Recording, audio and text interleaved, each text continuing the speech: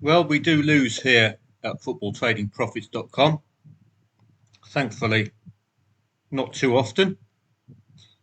What happened yesterday? Well, I was hoping that Doncaster, I think they were fourth in the league, would get themselves an equaliser against Bromley. But I had the 0-1 covered, the 1-0 for Bromley covered.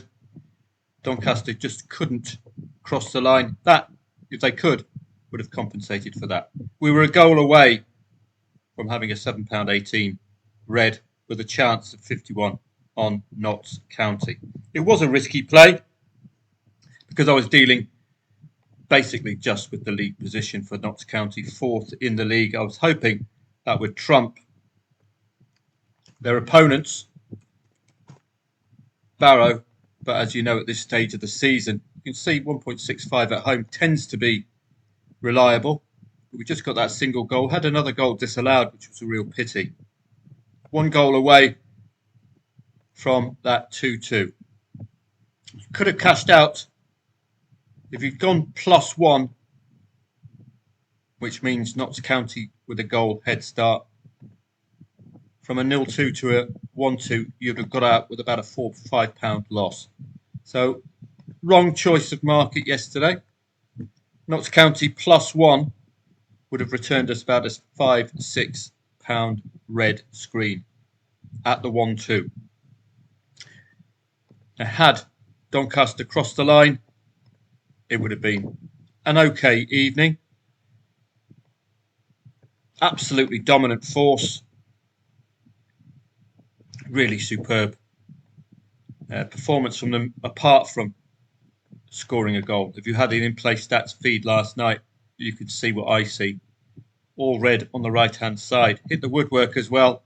22 shots inside the box. 2 big chances. 8 shots on target. 13 off is probably the reason they couldn't get the goal. Motivation huge for Donny with a win or a draw. 62 with the draw. 64 with a win. But they're staying in the automatic promotion place because Notts County, as you saw yesterday, that's why I got involved with these two, a motivation factor. But obviously, Barrow, with the 3 points, have zoomed up the table, put a real gap between themselves and the relegation zone. So a pity, but I'm not going to win every session. I've had many profitable sessions recently. Football is fluid. That's a great thing. That's why I like it. We've got another chance this evening. And then we've got another chance the next day, and the next day, and the next day. So those were the main two plays yesterday. Hull dominated Plymouth in the relegation 6-pointer. That was for sure. But not much doing, apart from the top 4 in English League 2. There wasn't anything really to grab my attention. Lots of 0-0s as well. Champions League, that was, well, if you looked at the go-ahead Eagles matches for PSV, that was on the cards. I wonder if the big guns were returning from their injuries, because no, they've still kept the front three because of the injuries to Jesus, Havertz, Martinelli and Saka. Big misses, those top 4 up front. Apart from that, both teams to score pattern in the opening legs. We've got the second legs next week. Rather enter the match with the second leg, but I would have taken on a PSV lead, I think, yesterday for sure. That would have been a main angle. So not much doing yesterday. On to today, and it's just Champions League, basically. First legs again, so just treat these odds with a little bit of caution. You saw 1.6 Dortmund drawing yesterday. Scottish Championship, I'm not going to research, probably a liquid market. Spanish La Liga 2, we can have a look at that one. Right, the first place to look at this stage of the season is in the standings. Racing Ferrol and Burgos. Well, Burgos are just above the relegation zone, so Racing Ferrol are in the relegation zone. So this is a relegation 6-pointer already. Racing Ferrol looks like they're done, really. 11 points away from getting out, and they're playing the side that are in that 18th spot today. Couple in the odds, 2.8 the favourite, and it does make a very unappealing affair. But it's a must-win for Racing Club Ferrol. A must take points off Burgos today, but looking unlikely, isn't it? Now you see why all the L's are appearing for the bottom four, bottom five. But Burgos are where they are with those 2 wins, helping the cause greatly. So possibilities there today. Both teams have scored in 3 of the last 4 matches, which have been 2-1 scorelines. Racing Ferrol, both teams have scored in 3 of the last 4, which have been losing scorelines for Racing Ferrol. So we might see both teams to score pattern today. Certainly one to target any late draw with so much at stake. And with Racing Ferrol, the side really needing the win. That's about it, really. I'll have to decide whether I'm staying up for what is really a matter of just 4 matches from 8 o'clock onwards. Not the greatest set of matches. We've got a German derby. First legs as well. Barcelona are away from home. They won't fear anything with the home advantage to come. PSG and Liverpool, fascinating fixture. This could go the way of PSG Man City match, where we saw both teams score.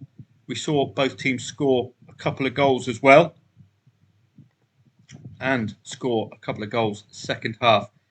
That could be something for us to look at with PSG. When they did play Man City, must have been a while ago. It does look to, there we go. This is the kind of scoreline you could envisage today. Second half scoring, Leonie side leading 2-0 or leading by 2 goals. And you can see that Dembele Barcola. I think Liverpool a little bit more robust, but this could be the pattern. Take on any team with a 2-goal lead. That would really be the only spark this evening. Liverpool have been excellent. Got 2 goals in the locker as well. But note who they're losing to. Plymouth, fair enough, FA Cup, and PSV in the Champions League. Again, both teams scoring. So that could be a ready angle this evening. Possible over 2.5 goals second half as well. That would be it. So I'm not sure if you'll see me this evening. As you know, I have to stay up very late for these matches, and only for a matter of 3, stretching it to 4 matches. I don't think it's going to be a useful use of my time. It's not a very good trading evening as well, unless you're firmly with the market. Inter Milan away at Feyenoord should do the job. New manager for Feyenoord, Robin van Persie. I don't know what his European credentials are like. And we've got that German derby.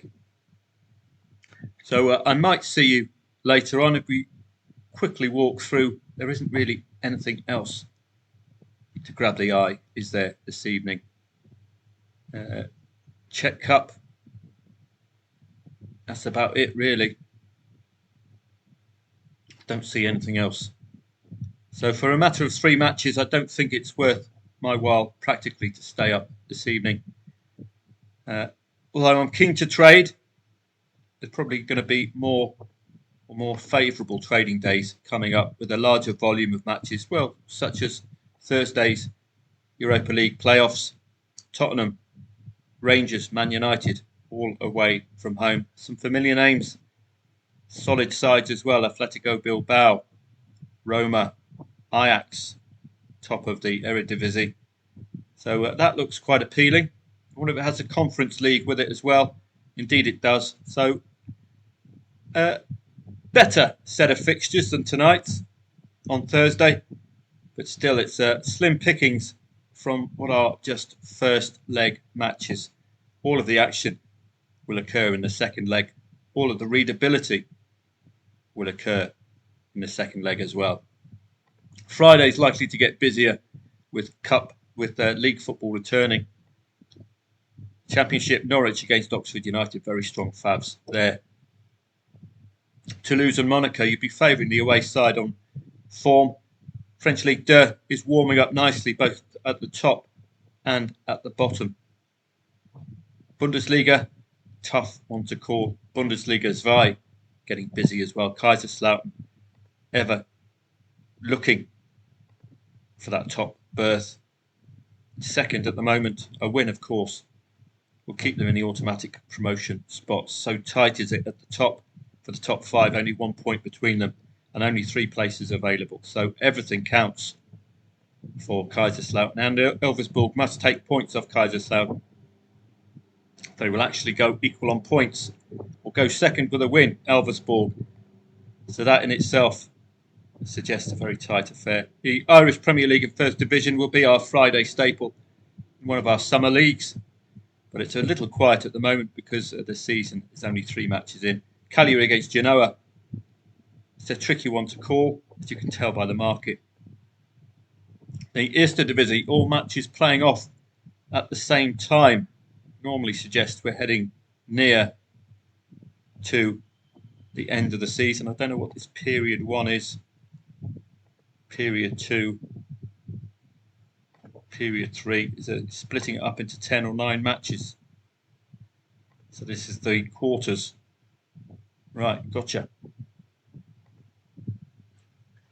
So there's plenty of interest on Friday and, of course, Saturday. We will definitely be looking at another live stream and to start building up some profits. Far more opportunities, as you can see, compared to today. The sheer volume of matches suggests we've got a good chance of picking out some profitable plays.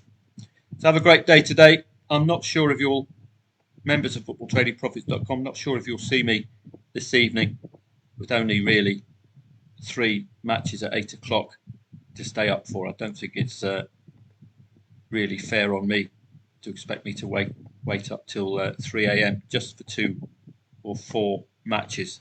Well, just for 3 matches. Have a great day. Plenty of football to come. And as ever, I'm not saying no to seeing you on Telegram. If there's something compelling and I am up, I'll certainly pass it on. So no need to do any loss chasing, because your next opportunity will be down the road and we will more than adequately compensate for yesterday's loss. Only a goal away from turning yesterday into a decent evening. Had Donny got that equaliser, having dominated the match, would have been out of that with a decent enough evening. Have a great day. Might see you this evening. Definitely see you tomorrow.